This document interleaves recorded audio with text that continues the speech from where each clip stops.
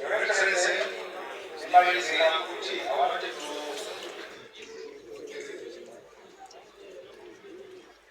thank once again the delegation from South Africa.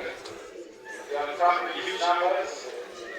Thank you very much. This is what we want. Actually, no, we got excited that we have buses and buses here.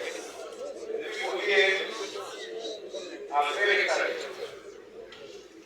You know, one message that I want you to take to the king is that in his reign, you must remember us always, because we are his brothers. We look at him as our leader.